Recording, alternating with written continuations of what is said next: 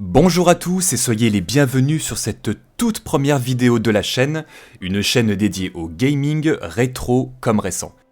Pour ceux que ça intéresserait de me voir jouer en live, sachez que je stream sur Twitch les lundis, mardis, jeudis et vendredis, le lien de la chaîne est en description. Commençons sans plus tarder avec un de mes jeux favoris, Final Fantasy X, ou Final Fantasy X pour ceux qui aiment les accents. Mais avant de se lancer dans un résumé de l'aventure, Final Fantasy X, c'est quoi ? Final Fantasy X est le 10e épisode de la saga Final Fantasy, sorti au Japon et aux US en 2001, puis en 2002 en Europe. Il est également le premier épisode sorti sur PlayStation 2, et surtout le premier épisode à proposer un doublage.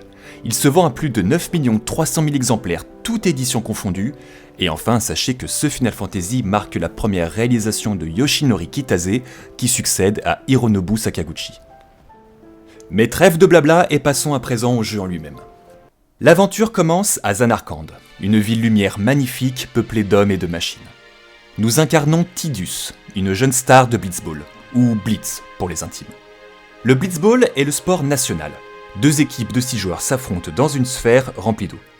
Oui, vous avez bien compris, les joueurs sont en apnée sous l'eau le temps d'une mi-temps, ce qui, avouons-le, ne doit pas être facile pour écouter les consignes du coach.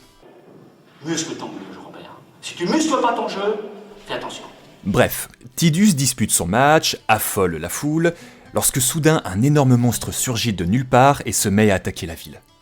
À peine remis du chaos qui règne, Tidus croise Auron, un homme mystérieux qui veille sur lui depuis que son père a disparu du jour au lendemain sans laisser de traces.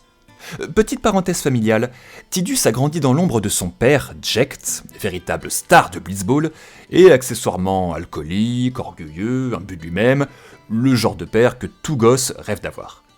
Tidus grandit donc à côté de cet homme qu'il cherchera toute son enfance à impressionner et dépasser, en vain. Revenons à l'histoire. La ville est attaquée par ce monstre géant appelé Sin, qui veut dire péché en anglais, et par les squames de Sin, des petits monstres issus du corps de la créature. Tant bien que mal, ils arrivent à se frayer un chemin. C'est alors qu'Auron saisit Tidus et tous les deux sont happés par une lumière vive. Tidus se réveille seul dans ce qui semble être une cité en ruine et inondée. Manquant de se faire bouffer par un monstre aquatique puis par un monstre à 4 pattes, il fera la rencontre de Riku, une albède. C'est alors que va se poser le souci de la langue, étant donné que les albèdes ne parlent pas le même langage et que seul Riku comprend Tidus. Ce dernier se joint à eux le temps de les aider à réactiver une cité sous-marine. De retour sur leur navire, Riku demande au blondinet d'où il vient. En répondant naturellement qu'il vient de Zanarkand, elle lui demande s'il n'a pas pris un coup sur la tête, étant donné que Zanarkand a été détruite il y a de cela 1000 ans et qu'il s'agit à présent d'une terre sacrée. Toujours selon elle, tous ceux qui s'approchent de Sin de trop près sont frappés d'une maladie liée à ces toxines et qui peut faire perdre la mémoire ou faire délirer. Ce qui est bien, mais pas top. Que de rebondissements, décidément. Mais malheureusement, notre héros n'a pas le temps d'encaisser le coup. Sin attaque le vaisseau des Albèdes et Tidus est à nouveau projeté. Quand ça veut pas, ça veut pas. Il se réveille près d'une plage. Cette fois, le décor tranche complètement avec les derniers événements. Du sable fin, de l'eau claire, et une équipe qui s'entraîne à jouer au Blitzball dirigée par Wakka, le capitaine des BZ Aurochs. Tidus leur fait une petite démonstration de comment qu'on joue au Blitz, et les Aurochs sont sous le charme. Wakka explique à Tidus comment Sin a détruit Zanarkand 1000 ans auparavant, et lui explique les préceptes de Yevon, la religion universelle. D'après les textes, il y eut une grande guerre autrefois, et les hommes utilisèrent des machines capables de détruire des villes entières. Sin apparut alors pour mettre fin à la guerre et punir les hommes. Il détruisit les villes machines et depuis il parcourt le monde semant la terreur et la mort sur son passage. Le jour où les hommes se repentiront et auront expié leurs péchés, Sin disparaîtra.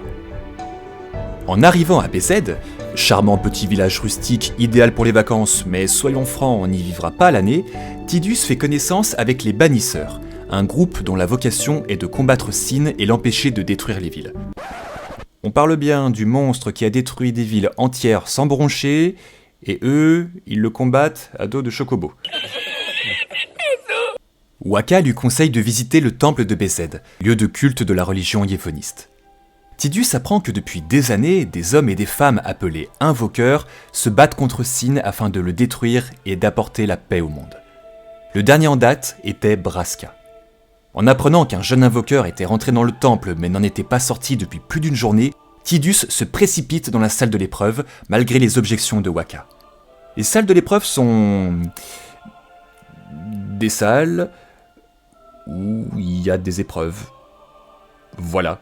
Faut mettre des sphères dans le bon emplacement et on débloque la sortie. Dans la pièce suivante, Tidus rencontre Lulu et Kimahri, les deux gardiens de l'invoqueur. Lulu montre ses grands traits de caractère dès le début, et Kimahri, lui, ne dit pas grand-chose. C'est alors que Yuna sort de la chambre du priant. Elle a réussi à devenir invoqueur et va donc pouvoir commencer son pèlerinage. Mais qu'est-ce que le pèlerinage des invoqueurs ? Il s'agit ni plus ni moins pour eux d'un voyage à travers le monde afin de s'aguerrir et d'arriver à détruire Sin à l'aide des chimères. C'est le seul et unique moyen de soulager le monde de ce mal. Yuna fait même une petite démonstration de ses nouveaux pouvoirs et franchement, ça en jette. Le soir venu, Tidus surprend une conversation animée entre Wakka et Lulu à propos de Chapu, le frère de Wakka. Ce dernier lui explique que son frère a rejoint les bannisseurs et a trouvé la mort lors d'une attaque contre Sin.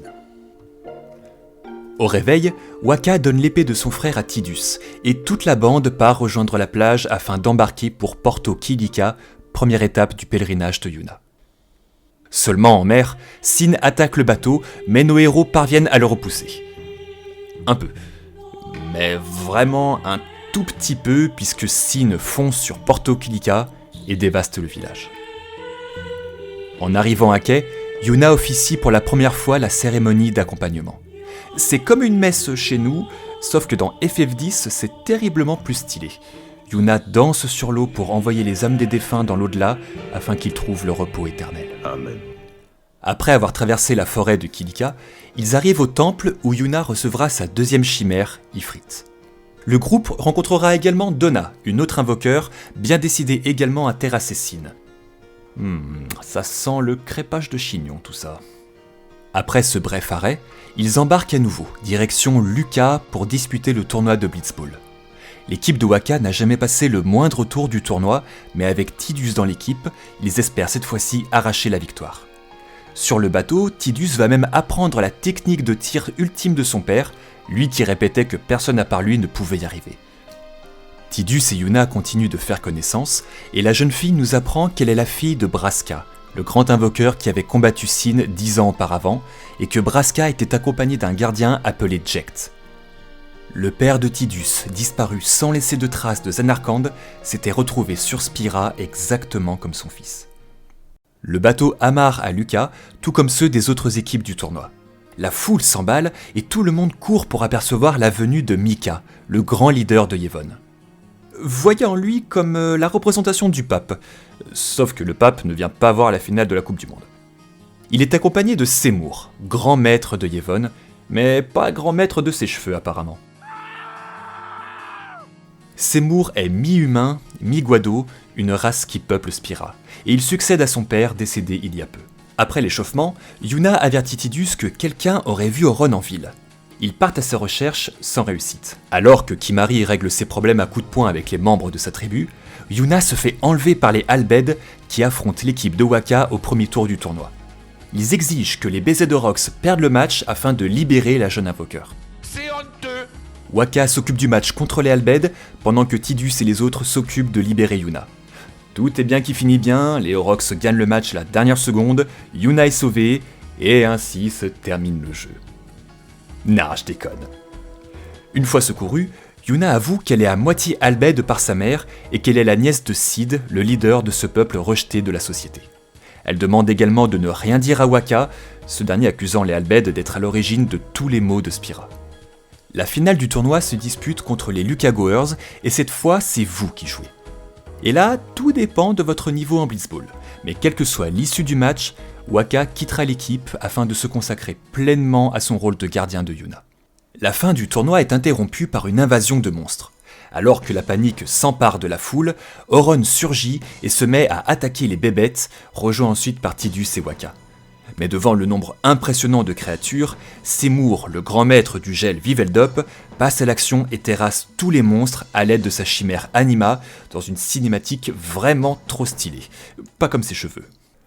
Une fois le chaos dissipé, Tidus attrape Auron et pousse une gueulante sur lui reprochant à un juste titre de l'avoir entraîné dans tout ça.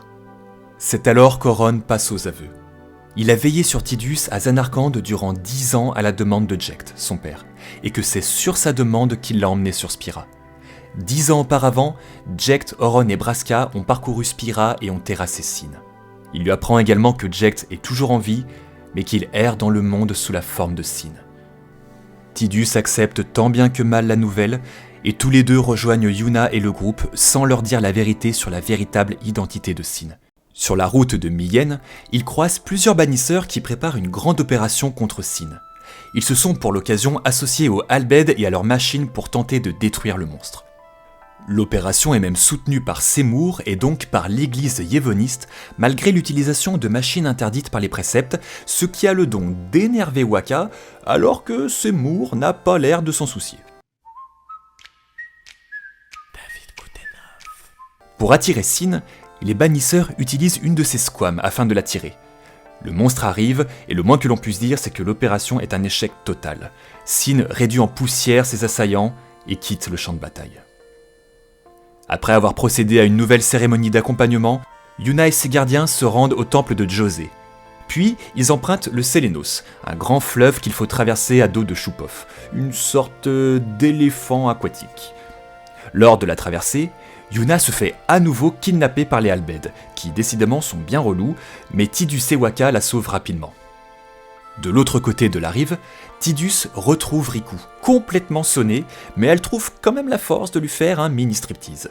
Elle lui dit qu'elle était dans la machine qui venait tout juste d'enlever Yuna, mais qu'elle avait de bonnes raisons d'agir ainsi. Après s'être entretenue avec la jeune invoqueur, elle rejoint l'équipe en tant que gardien. Le groupe arrive à Guadosalam, où demeure Seymour. Ce dernier souhaite s'entretenir avec Yuna pour lui faire part d'une demande particulière. En utilisant une sphère géante, il raconte l'histoire de Dame Yunalesca, la toute première invoqueur à avoir détruit Sin, et de son époux, Zaon, qui l'a protégée tout au long de son périple. Bon, en gros, il la demande en mariage. Yuna veut prendre le temps de réfléchir et se rend dans l'au-delà. Alors, non, elle ne meurt pas. L'au-delà est un lieu sacré où les souvenirs des défunts se matérialisent grâce aux fluorolucioles. Yuna voit ainsi le souvenir de ses parents, Wakka voit le souvenir de son frère Chapu, et Tidus voit même le souvenir de sa mère alors qu'elle n'a jamais été envoyée par un invoqueur. Suite à cela, Yuna souhaite donner sa décision à Seymour, mais en sortant de l'au-delà, le souvenir de Djiskal, le père de Seymour, surgit. Yuna le renvoie aussitôt, mais ce dernier fait tomber une sphère que la jeune fille ramasse discrètement. Seymour s'étant rendu au temple de Makalania, nos héros quittent Guadosalam. En traversant la plaine foudroyée, véritable traumatisme pour Riku qui a peur des éclairs, il s'arrête à un comptoir afin de se reposer. Yuna semble perturbée et s'isole dans sa chambre et visionne la sphère laissée par Djiskal. Ils arrivent par la suite dans la forêt de Makalania, où Auron demandera au groupe de faire un léger détour. Il veut en effet montrer à Tidus une sphère laissée ici 10 ans auparavant par Jecht. À la fin de l'enregistrement, Jecht s'adresse à son fils et lui demande de faire preuve de courage pour les épreuves à venir. Auron avoue même à Tidus que Jecht l'aimait, mais qu'il n'a jamais su lui montrer. En sortant de la forêt, Tromel, le serviteur de Seymour, les accueille pour demander à Yuna de rejoindre son maître au temple. C'est alors que les Al Bhed, encore eux, attaquent le groupe. Une fois des faits, on apprend que c'est le frère de Riku qui a mené l'attaque, et son frère s'appelle Frangin. Son frère s'appelle Frangin. Ouais. Bref, Wakka découvre du coup que Riku est une Al Bhed et il s'insurge contre le groupe qui lui a caché. Arrivés au temple, ils apprennent que Yuna et Seymour sont déjà dans la salle de l'épreuve. Mais juste avant de s'y rendre, ils découvrent le contenu de la sphère de Djiskal. Ce dernier confesse que son fils va bientôt le tuer et cette sphère est son testament. Il demande à celui ou celle qui la verra d'arrêter Seymour dans son ambition démesurée de détruire le monde.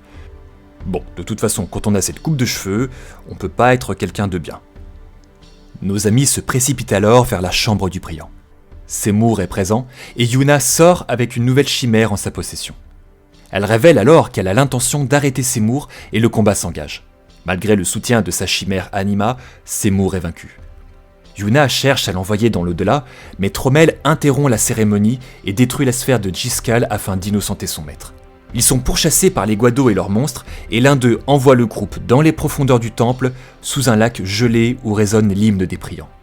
Sin, qui était à proximité, s'approche et Tidus est une nouvelle fois projeté sur un autre continent. Il se réveille dans le désert de Sanubia et finit par retrouver les autres à l'exception de Yuna. Riku connaît bien cet endroit puisque l'un des refuges des Albed se trouve à proximité. Malheureusement, en y arrivant, il ne découvre qu'un champ de bataille. Les Guado ont attaqué le refuge, massacrant les Albed qui s'y trouvaient et capturé la jeune invoqueur. C'est alors que Tidus apprend que si les Albed cherchaient à tout prix à enlever Yuna, c'était pour la sauver d'une mort certaine. En effet, en accomplissant son pèlerinage, elle acquérait l'ultime chimère capable de détruire Sin, mais elle y laisserait également la vie. Tidus n'accepte pas vraiment la nouvelle, surtout qu'il a fait pas mal de boulettes depuis leur rencontre vis-à-vis du combat final. Désireux de se faire pardonner auprès de sa belle, ils embarquent tous sur le vaisseau des Albed qui ne manque pas de faire péter le refuge avec ce qu'il reste des Guado. Et ça va péter! Grâce à la machine de géolocalisation de Sid, le leader des Albed, et accessoirement le papa de Riku et l'oncle de Yuna, oui, ça veut bien dire que Riku et Yuna sont cousines, ils retrouvent la jeune invoqueur. Yuna est à Bevel, en robe de mariée, et Seymour est avec elle. Ils s'apprêtent à célébrer leur union devant Monseigneur Mika. Ils décident alors de se rendre à Bevel afin de stopper le mariage. Après avoir affronté Effray, le gardien de Bevel, ils débarquent et affrontent les moines guerriers avant d'avancer jusqu'à Yuna. Celle-ci saisit son bâton et tente d'envoyer Seymour dans l'au-delà. Mais elle est stoppée par Mika qui menace de tuer ses amis si elle n'épouse pas Seymour. Yuna se résigne et sous la contrainte, l'union est proclamée. Mais comme Seymour est vraiment un vilain méchant pas beau, il ordonne l'exécution de nos amis. Yuna menace de se jeter dans le vide s'ils ne sont pas relâchés. Et comme c'est une rebelle, elle saute quand même, en prenant le soin d'invoquer Balfor pour ne pas s'aplatir comme une crêpe. Le groupe s'échappe grâce à une grenade aveuglante lancée par Riku et il se dirige vers le temple de Bevel, pensant que Yuna y serait sûrement. Il découvre que le temple est rempli de machines, ce qui est totalement contre les préceptes de Yevon. L'église commence à montrer son vrai visage.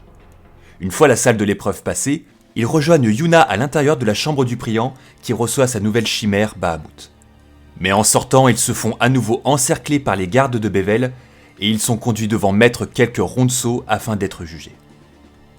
Yuna se défend en dénonçant les crimes commis par Seymour et demande l'autorisation de l'envoyer une bonne fois pour toutes dans l'au-delà. C'est alors que Mika fait surgir des furolucioles de son corps, dévoilant ainsi que lui aussi est mort. Le monde de Spira fonctionne ainsi.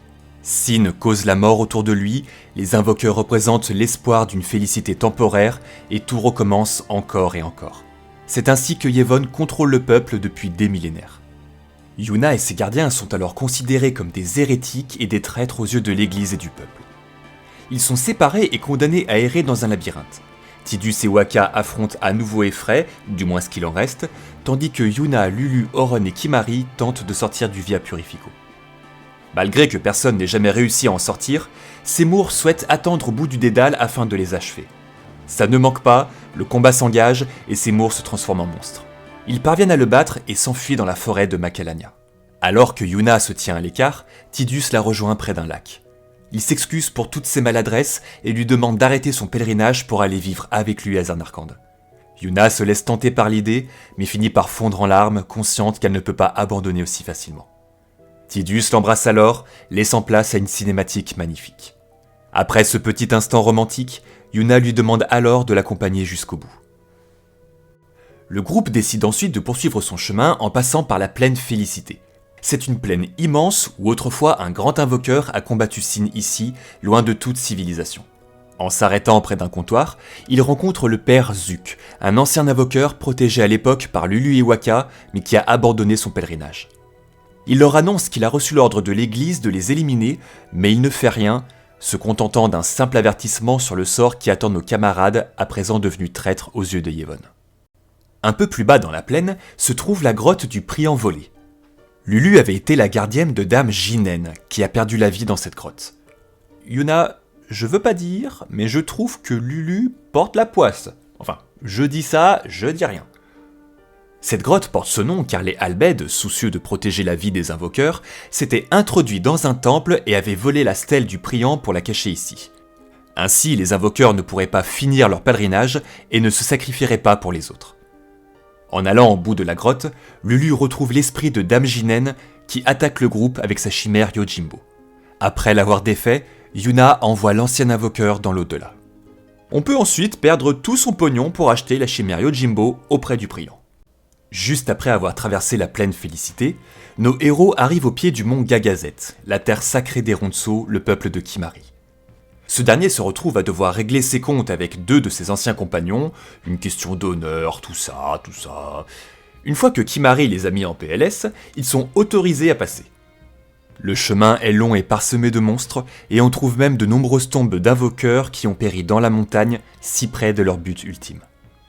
Au sommet du mont Gagazet, Seymour fait une nouvelle apparition. Il révèle qu'il vient de tuer la plupart des ronceaux qui se sont mis sur son passage, et fait un point sur ses intentions.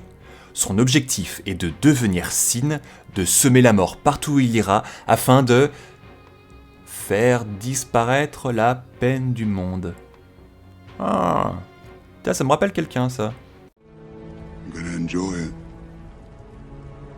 Very, very much. Et un nouveau combat s'engage. Décidément, il ne retient jamais les leçons, et il est encore une fois battu. Mais toujours pas envoyé dans l'au-delà. On va finir par croire que c'est fait exprès. Juste un peu plus loin, ils arrivent près d'un mur composé de milliers de priants qui se tiennent là depuis des siècles. En le touchant, Tidus s'évanouit. Dans son rêve, un priant s'adresse à lui et lui fait quelques révélations qui donnent un peu le tournis. Il y a 1000 ans de cela, Zanarkand et Bevel étaient en guerre. Face à l'écrasante domination de Bevel et de ses machines, les invoqueurs de Zanarkand se sont réunis au sommet du mont Gagazet afin de faire perdurer éternellement la ville. Ils se sont alors mis à rêver, et Tidus fait également partie de ce rêve. Fatigués de cette illusion, les priants voudraient s'arrêter. Ils demandent donc à Tidus de détruire Sin définitivement afin de les libérer. À son réveil, Tidus ne dit rien à ses amis. Ils continuent leur chemin, passant avec succès les épreuves que Dame Yunalesca a semées sur la route pour tester la force et la volonté des invoqueurs, et finissent par arriver aux ruines de Zanarkand, la dernière étape du pèlerinage de Yuna. Ils n'ont toujours pas trouvé de solution pour sauver la jeune invoqueur. Ils prennent le temps de se reposer et de réfléchir, en vain. En parcourant les ruines de la ville, parsemées de fleurs lucioles remplies de souvenirs de ceux qui sont passés par là, ils voient les esprits de Seymour enfant, dont la mère avait entrepris de devenir un priant afin de donner sa force à son fils pour qu'il détruise Sin et soit accepté de tous. Refusant sa tâche, Seymour a alors caché le priant de sa mère et de sa chimère Anima au temple de Baj. Il voit également les esprits de Jecht, Auron et Braska juste avant l'obtention de l'ultime chimère. Auron cherchait à tout prix un autre moyen pour éviter le sacrifice de son ami, sans succès. En arrivant au temple de Zanarkand, Yuna se rend dans la chambre du priant, prête à recevoir ce qui causera sa mort. Seulement le priant s'est éteint. Yuna appelle ses amis en catastrophe qui descendent la rejoindre, et un esprit du temple les avertit que ce priant a perdu ses pouvoirs mais que Dame Yunalesca les attend plus loin. Ils arrivent devant elle, et hormis le fait qu'elles sont en string, elle leur révèle que l'ultime chimère sera créée grâce au sacrifice de l'un des gardiens. On aperçoit alors un nouveau souvenir de Jecht qui s'était porté volontaire pour épauler Braska dans son combat contre Sin, tout en demandant à Auron de veiller sur Tidus dans sa Zanarkand. Yunalesca leur apprend également que Sin est éternel, et que quelle que soit l'issue du combat, il reviendra à nouveau pour semer la mort. On aperçoit un nouveau souvenir de Auron qui, après avoir perdu ses 2 amis, revient à Zanarkand pour les venger, mais il se fait terrasser sans souci par la dame en string. Abasourdis par toutes ces révélations et par les mensonges de l'église de Yevon, tous se liguent contre Yunalesca et après un combat bien relou et difficile, ils en viennent à bout. Juste avant d'être envoyés dans l'au-delà, celle-ci leur dit que quel que soit le moyen qu'ils choisissent pour détruire Sin, Yu Yevon le ressuscitera et ce jusqu'à la fin des temps. L'espoir a donc définitivement disparu et seule la tristesse et la désolation resteront. En sortant du temple, Auron révèle à Tidus qu'il est lui aussi un errant, au même titre que Mika, Seymour et Yunalesca. Le combat contre cette dernière lui a été fatal, mais la promesse qu'il avait faite à Jecht l'a fait rester sur Spira sous forme humaine. Sin se trouve dans les ruines de Zanarkand et attend Yuna pour son combat, mais en voyant Tidus, il rebrousse chemin. Le vaisseau des Albed arrive à ce moment-là et il monte à bord. Yuna retrouve enfin son oncle Sid et tout le groupe cherche un moyen de vaincre Sin définitivement. Tidus soumet alors l'idée d'utiliser l'hymne des priants afin de calmer Jecht, comme lorsqu'il l'écoutait au temple de Makalania. Kimahri suggère également d'aller rendre visite à Mika à Bevel, afin d'avoir de plus amples informations. Le grand maître de Yevon est surpris de voir Yuna encore en vie alors qu'elle devrait se ruer au combat contre Sin, Mais lorsqu'elle lui annonce que Yunalesca a disparu définitivement, emportant avec elle le dernier espoir d'obtenir l'ultime chimère, Mika pète un Mikado et disparaît, mentionnant à son tour que Yuyevon est immortel. Le priant du temple de Bével, qui avait fait la révélation à Tidus lors de son rêve au manga Gazette, apparaît et leur révèle la nature de Yuyevon. Il s'agit d'un invoqueur de Zanarkand qui, lors de la grande guerre entre Bével et Zanarkand, invoqua une créature gigantesque et se cacha à l'intérieur. Il devint ainsi Sin, et c'est lui qui prend possession de l'ultime chimère lors du combat final, devenant ainsi immortel et invincible au fil des siècles. En détruisant Yuyevon, Sin disparaîtra pour de bon. Le priant demande également à Yuna d'invoquer ses chimères lors de l'ultime bataille. De retour sur le vaisseau, Sid enclenche l'hymne des priants et il se rue sur la créature. L'effet pour calmer Jecht est de courte durée et le combat fait rage, causant de sacrés dégâts à Spira. Yuna et ses gardiens parviennent tout de même à blesser Sin, qui laisse apparaître un trou béant dans la bouche. Le vaisseau s'y engouffre. À l'intérieur du monstre, il croise à nouveau la route de Seymour, qui décidément n'a toujours pas trouvé de coiffeur. Malgré une énième transformation, il se fait encore une fois battre, et cette fois, Yuna peut procéder à la cérémonie d'accompagnement. Le groupe continue de s'avancer jusqu'à arriver dans ce qui ressemble à une reconstitution de Zanarkand en ruine. Jecht les attend. Bien que la tension soit palpable, Jecht est heureux de revoir son fils après toutes ces années, et même les mots durs de Tidus sonnent faux lorsqu'il lui dit qu'il le déteste. D'un commun accord, il décide de mettre fin aux retrouvailles et de se lancer dans le combat. Jecht se transforme alors en ultime chimère et le groupe fait face. Ils finissent par triompher et Jecht s'écroule dans les bras de son fils. En larmes, celui-ci lui répète qu'il le hait, mais tout ça sonne plus comme un « je t'aime ». Oh, c'est beau l'amour. Yuyevon, ou du moins ce qu'il en reste, apparaît alors. Se pliant aux recommandations du priant, Yuna invoque tour à tour ses chimères possédées par l'esprit de Yuyevon. En les détruisant chacune les unes après les autres, l'invoqueur originel se montre enfin. Juste avant de se lancer dans la bataille finale, Tidus annonce à ses amis qu'il disparaîtra à la fin du combat sans leur donner plus d'explications. Ce qu'il reste de Yuyevon, véritable parasite dans sa forme, ne fait pas le poids face à l'assaut du groupe et finit par s'évaporer définitivement, brisant ainsi le cycle qui régnait depuis un millénaire. Le combat fini et sa promesse honorée, Auron se fait envoyer dans l'au-delà par Yuna sous le regard des autres gardiens. Les priants libérés du fardeau imposé par Yuyevon peuvent à présent arrêter de rêver. Alors que le corps de Sin est anéanti, le vaisseau plane encore un peu dans le ciel, laissant à Yuna le soin de danser une dernière fois pour envoyer ses chimères. Tidus commence alors à s'effacer sous le regard de la jeune fille qui refuse de laisser partir son amour. Mais le choix ne lui appartient pas et Tidus s'avance vers le bord du vaisseau. Yuna court pour l'arrêter, mais elle ne fait que passer au travers. Elle lui avoue une dernière fois ses sentiments, et tous deux s'enlacent. Tidus finit par sauter et rejoindre Braska, Auron et son père dans l'au-delà. La toute dernière cinématique montre Yuna à Lucca, dans le stade de Blitzball pour son premier discours en tant que grand invoqueur. Son message est porté sur l'avenir et sur l'optimisme qui peut maintenant régner sur Spira. Elle terminera son allocution en demandant au peuple de ne jamais oublier les morts et les rêves qui se sont envolés. Et ainsi se termine le résumé de Final Fantasy X. Alors, j'ai parfaitement conscience d'avoir oublié certains détails et des personnages secondaires, mais je voulais vraiment aller à l'essentiel, en espérant ne pas avoir froissé les plus grands fans d'entre vous. Si cette vidéo vous a plu, n'hésitez pas à mettre un petit pouce bleu et à partager si le cœur vous en dit. Je rappelle qu'il s'agit de ma toute première vidéo et que tout commentaire ou critique constructive sera la bienvenue. En attendant le prochain contenu, portez-vous bien et surtout prenez soin de vous. Bye.